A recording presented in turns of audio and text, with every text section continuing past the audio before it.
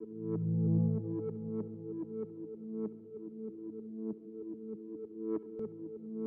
real adventures don't fit conveniently between a sunrise and a sunset. That spark of excitement and the tingle of consequence that drives us all happens when the world is sleeping. When the air is brisk and a cloak of darkness leaves you alone at the center of a pinprick of light. Within the edges of a headlamp's beam, everything is in sharper focus, and the dark magnifies your heartbeat.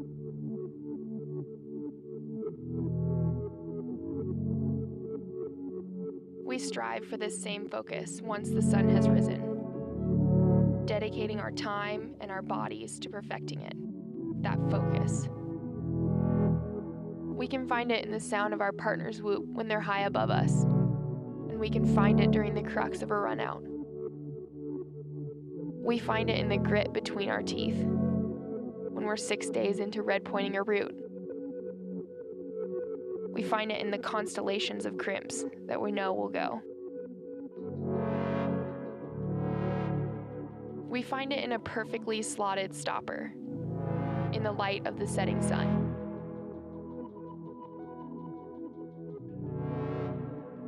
We can find that same focus 10 pitches in when the sun is long gone.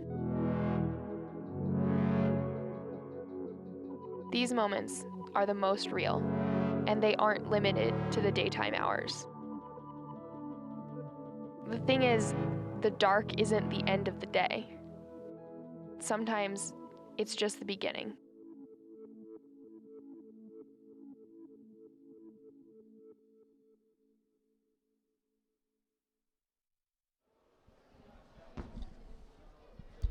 Good evening and welcome to Klettercentret Telefonplan here in Stockholm. My name's Liam Lonsdale. The centre is packed full of psyched people. Adam, Ondra and Patxi Usobiaga are about to have their go on the Black Diamond project. It's going to be an amazing evening. Everybody's totally fired up. Everybody wants to find out if it's going to get its first ascent, and you guys are going to find that out very, very soon. They're going to get tied in. I'm going to get changed, wash my hands, put some jeans on, and then we're going to see some action.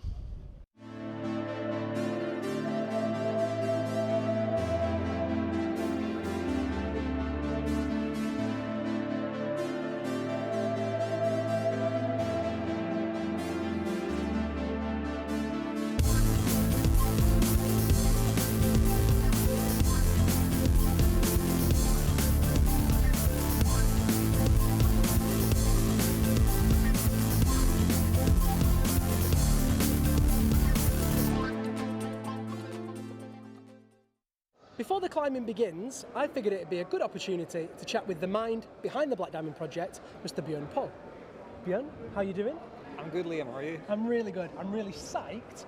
This is the second edition of the Black Diamond project. What's different? Not much, actually. I mean, as you can see, there are more people there climbing, and it's actually going to be less people climbing on the project. So there's only two guys this time. Maybe you can tell us who they are. This one guy, Adam Ondra. Okay, yeah. And the other guy, Patxi Usobiaga. Okay, those names sound familiar. Why would that be? Well, to start with Patxi. Patxi used to be the best competitor in the world, really. He won the World Champs, he won the European Championships, he won the World Cup, totally. And now he's the trainer to some of the best, like Adam Ondra, Chris Sharma, Sasha Julian, and like 200 more people or whatever. And so, Adam is a decent climber as well. As you probably know, climbed the hardest routes in the world, lots of them. Dawn Wall, World Champion Bouldering, World Champion Lead, World Cup Champion. You name it, he's done it. He's basically the best. Basically. So, with that in mind, are we expecting to see one of these guys send the project today? As far as sending the project, never know, but I would be surprised. Well, speaking of sending the project, you might remember in the first edition that I tied in and had a go at the route. It's the second edition, I'm here, so I figured I should have another go. Let's find out if I bagged the $5 grand. I'm at where I got to last time with a GoPro on my head. I did get a higher high point on the project originally without a GoPro. but with a GoPro on, it turns out I can't climb as well. Anyway, excuses aside, I'm gonna have another go just at this upper section after the roof, because I know I can do that. So, you know, I figured I'll give it another go. Okay, narrator.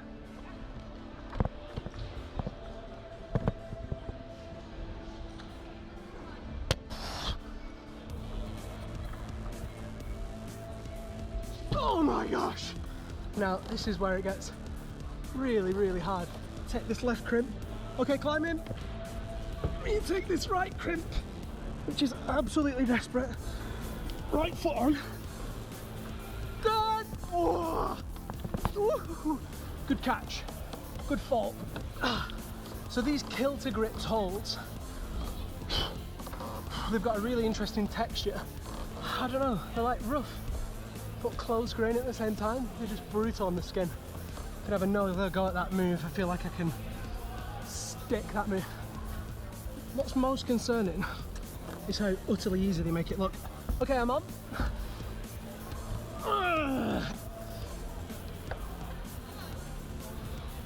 Oh my gosh, they're just so strong.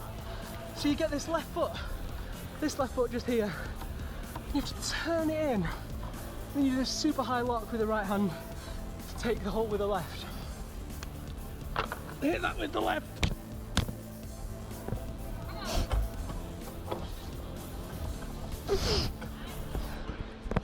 Oh my god. Honestly, this is ridiculous. Okay, I'm definitely gonna fall off this move.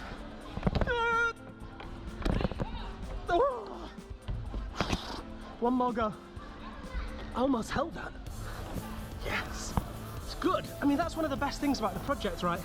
Like, I mean, you can kind of dog up like I've done, but I don't know, you just feel like you're making a little bit of progress, even if it's just a half move, and then you get sucked in. Okay. Well, that'll do me. So, I'm going down, totally exhausted. These holds are ridiculous.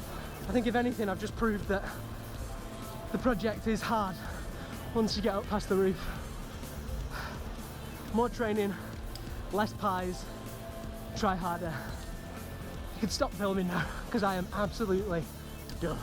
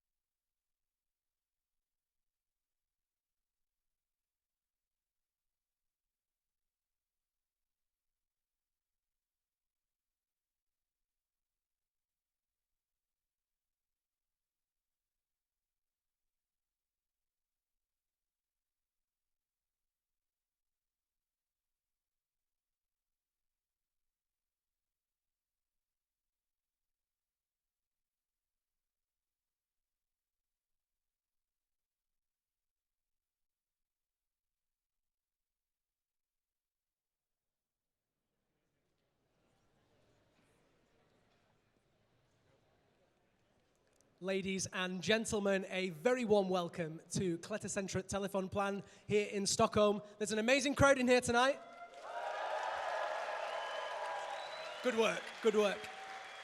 And not only that, we've got two fantastic climbers that are going to be making an attempt here on the second edition of the Black Diamond Project. Patxi Usobiaga and Adam Ondra are joining us. They're going to be on this route very, very soon. Guys, how's everyone feeling in here? Are we excited?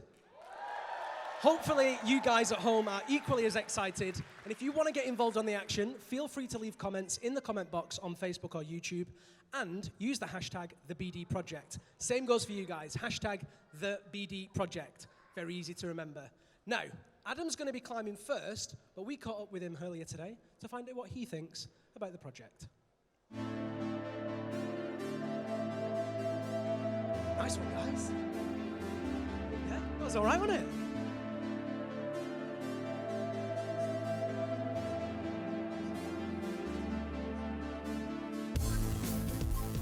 I might not have done the best preparation as I've been climbing outdoors lately. I spent some days in Italy, traveling from one crag to another and being pretty successful. But maybe that was not best preparation in terms of skin, as my skin is like rock climbing skin. It's pretty dry and rough. That might not be the best for the plastic slopers, but hopefully it's gonna work.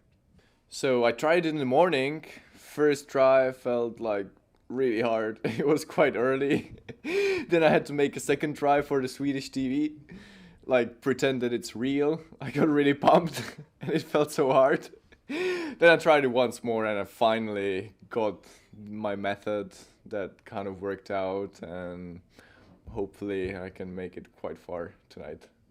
So the BD project is the concept that is the route which is just almost too hard to be climbed. That's gonna be here for years, and maybe the future generation can climb it. So I would say right now up to the lip of the roof it could be something like a 9B, but then there are like some 8B, 8C boulder problems that I haven't even tried yet. So that sounds ridiculous, because if you do like a 9B climbing, even if you do an easier boulder problem, it still adds like really a lot if there is no rest. And in this route, especially on the lip, there is like absolutely no rest at all, and the moves above are sick as hard. So I think the concept is interesting, and I hope the people will be psyched to try it.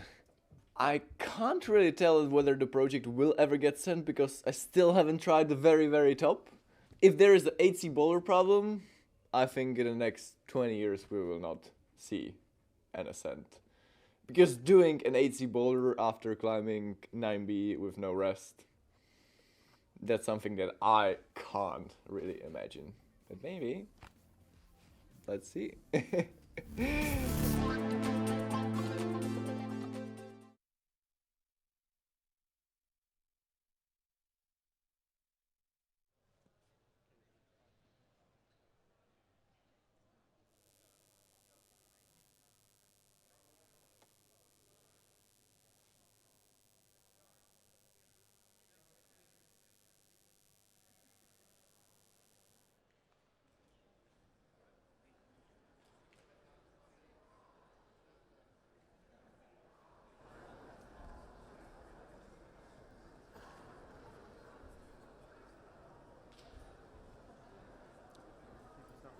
So, ladies and gentlemen, now comes the time where Adam Ondra is going to make his first official attempt at the Black Diamond Project.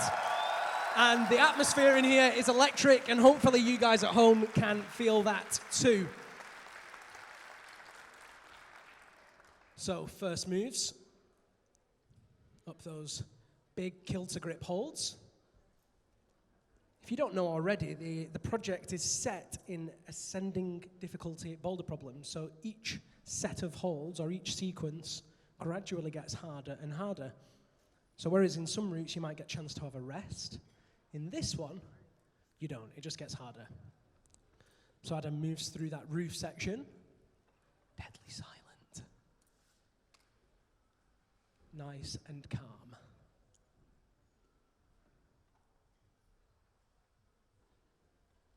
Out onto that double toe hook, and the first and only real rest on the route. You can hear him psych himself up. Trademark deep breath.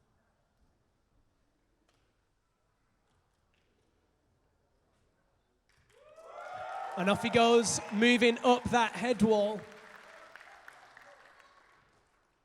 Those initial crimpy moves. Not to be taken lightly, but locking down very, very comfortably.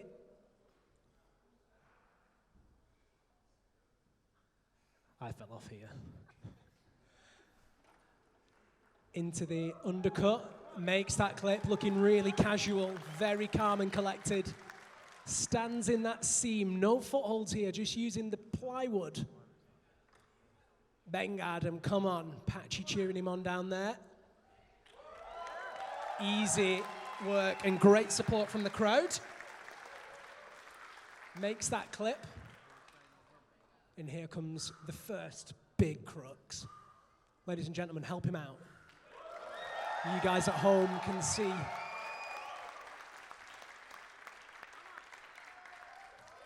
Adam sticks the dyno and looks totally solid. Adam Ondra, of course, the first and only person to win World Championship titles in bouldering and lead. 2016 World Lead Champion. And look at that way he's shaking out there, switching hands, so comfortable. We talked about that earlier, and he said that it's much better to do this really dynamic hand swap than to try and match it. Watch this. Pop. So strong. What a cool move. Sometimes it's more efficient to be a bit creative. And so, of course, the route now gets really, really steep. Someone's upset. Come on, Adam.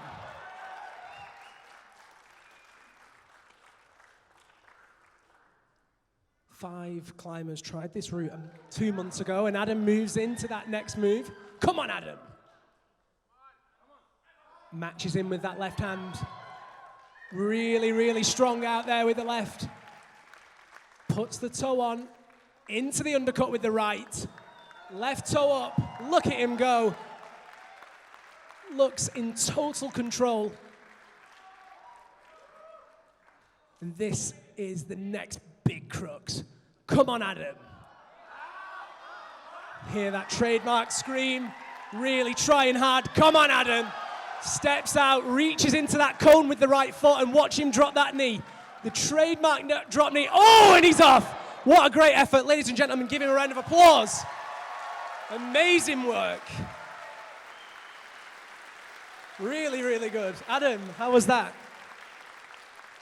It was pretty good, and then all of a sudden it turned really hard. Can you just give the people here, and the people at home, of course, an idea of, obviously it gets very difficult there. You put that drop knee in. What's happening? So then it's like completely horizontal roof. You've got like this half pad crimp, and you have to move your whole body next to your left foot, which is a hard move. Unfortunately, the next one is even harder. Like up to there, I knew I could climb quite comfortably, so that's what I did. But there, it's like the real business is starting. Who thought he looked pretty comfortable up to that point? What do you think of the crowd? Again? What do you think of the crowd? Of course, it's amazing. And of course, there's lots of support from the guys back home. Thank you so much. You go get a rest.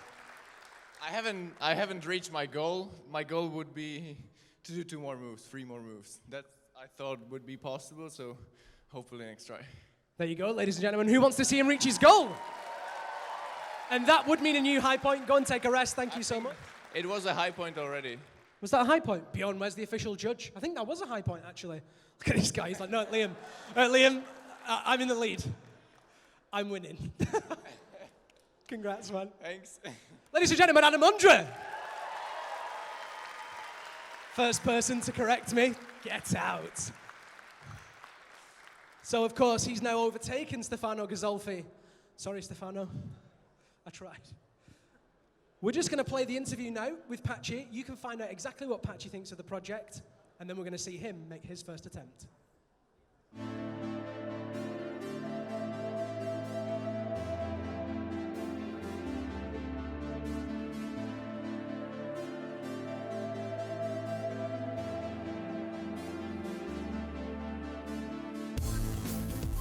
Yeah, I didn't prepare so much. I think I have been on all the winter climbing in Spain, in Catalonia, and like 2 months or a month and a half ago I started the best conditions ever, so I couldn't spend so much time preparing this event. But it's nice to be here, and yeah, I feel well.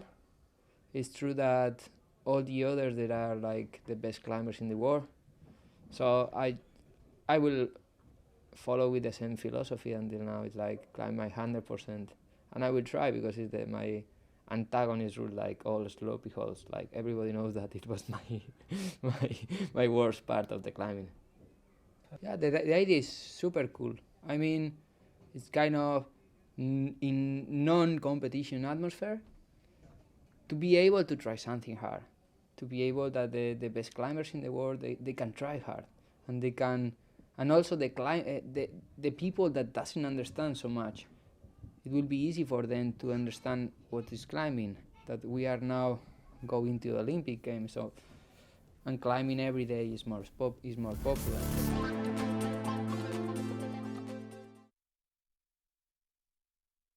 So that's what Patxi thinks of the route, and now it's time to see what Patxi makes of the route. Ladies and gentlemen, give a huge round of applause for Mr. Patxi Usobiaga!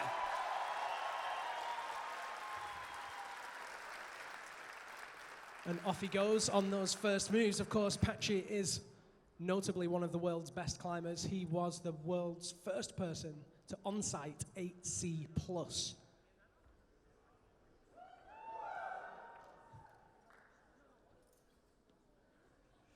Moving up through that early section. In the video, he did talk about how this route is possibly not his style. He said his anti-style is slopers. There's a lot of those. But he's looking pretty comfortable in this first section. Venga, Patxi.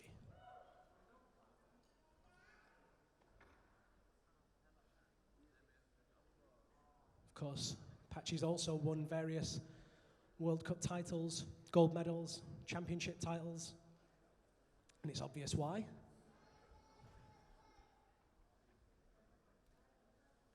Very well known for training as well, of course, with his company Puck Training, PUC. Check it out online.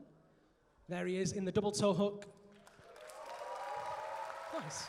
He can just take a second here to really catch his breath. Whilst those first moves are relatively easy, they are quite taxing. They do take it out of you, and he reaches up with the right hand to that first crescent jug. Ale, venga, Patxi. Places that right toe on, cruises up with the left hand. He looks very comfortable on those crimps. Puts that left foot in, makes the clip. Nice foot swap. And this move is super difficult, but he's looking really solid. Look at that lock strength in the left hand. Oh, and the foot pops. Wow, great belay though. Ladies and gentlemen, a round of applause for Patxi. It's just a warm-up go. It's just a warm-up go. You're going to get back on. He wants to get straight back on. He wants to see him get straight back on. Venga. I mean, that's the beauty of this, right? Patxi can do what he wants. This isn't a World Cup. This is a free-for-all. If Patxi Usobiaga says, I want to get straight back on, I'm not the man to stop him. Anybody in here want to stop him? No, I didn't think so. So Patxi's going to get untied, pull the rope, retie in, and then he's going to get straight back on. Yeah, please do. Adam's like, yes, more rest, more rest. Yeah, amazing work. Don't forget, if you want to get in touch with us, leave us a comment in the Facebook or use the hashtag #TheBD Same goes for you guys as well, hashtag #TheBD It's very exciting. It's very exciting, that little foot pop there. Okay, off he goes again. Let's focus our attention on Patxi. Ladies and gentlemen, help him out.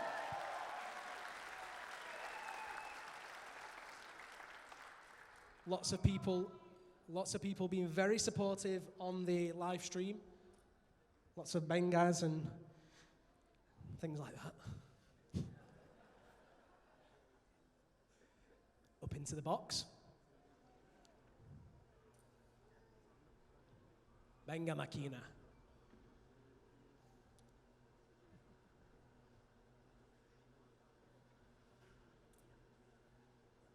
moves. Just shaking, taking his time. Basically doing interval training. Venga, Patxi. Reaches out to that lip, to that big, big ledgy hold. And you bring your feet all the way around and match the volume on the lip.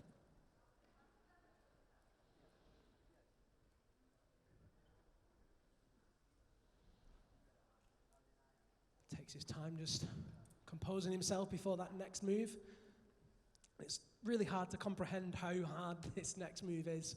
But as you pop to that right hand crescent hold, the whole body swings round. Watch his right foot. Bang, straight on. Super precise. Great work.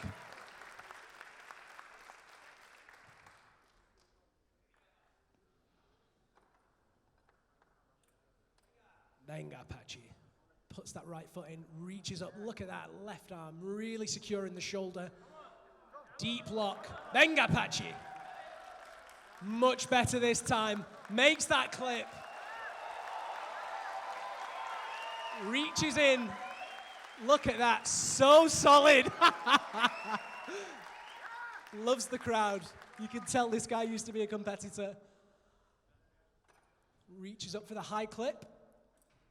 And this is where it really kicks in. Venga, Patxi reaches up onto that sloper. Big move now up to the next sloper. Those kilter. Amazing work. Ladies and gentlemen, a huge round of applause for Patxi Usobiaga. Really, really good. Patxi, Menaki, how was that? Good. 2 laps. I like to make laps. I climb easier the second go. You looked so much more confident the second go. Yeah, I'm super motivated with these guys. But I really felt in a way that, and it doesn't happen in the comps, you know, when you fall, you go home. And here you ask, can I go? And yeah. So let's go. Let's do something that I could never do before. So thank you. Well, he looked so strong. Did you have a goal? Obviously, we heard what Adam's goal was. Did you have a goal for today? Yeah, I really want to try the jump. Who wants to see him hit the jump? Yeah. So, Patxi, you can go and have a rest. Yeah, I will rest now. I will rest a little bit, no? Cool. You have 30 minutes. Nice. Awesome. Enough. So, for all the guys at home, we're going to take a short break now. We'll go off air for 30 minutes. And then in 30 minutes' time, we'll be live again. Make sure you subscribe, like on YouTube, like on Facebook, and you'll be notified when we go back online. Big thank you to everybody in here. Big thank you to everybody there. We'll be back in half an hour.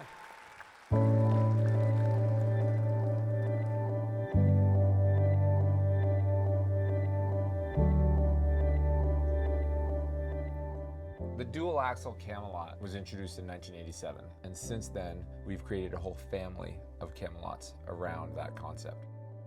Camelot's been in our line for a long time, and the only real complaint we ever had about it was that it was heavy if you had a big rack. So we basically dove into this thing just looking at ways to pull weight out without losing any of the functionality that everybody likes so much. The challenge was trying to make something that's already awesome lighter. We ended up with the Camelot Ultralight.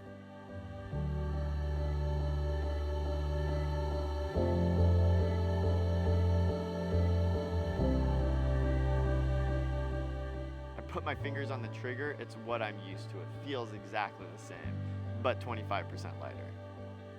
The single largest contributing factor to weight of a Camelot is the steel cable. We found pretty quickly that ropes give you the ability to splice in a continuous loop without any sewing, which reduces the size and weight of the system significantly. That is when the light bulb went off and we were like, okay, now we're on the way. We also hogged out a bunch of metal from the cam lobes, which cut a significant amount of weight. These lobes maintain the same cam angle as the original Camelot, maximizing placements and maintaining strength. So you can carry less Camelots for the amount of weight that you have with you.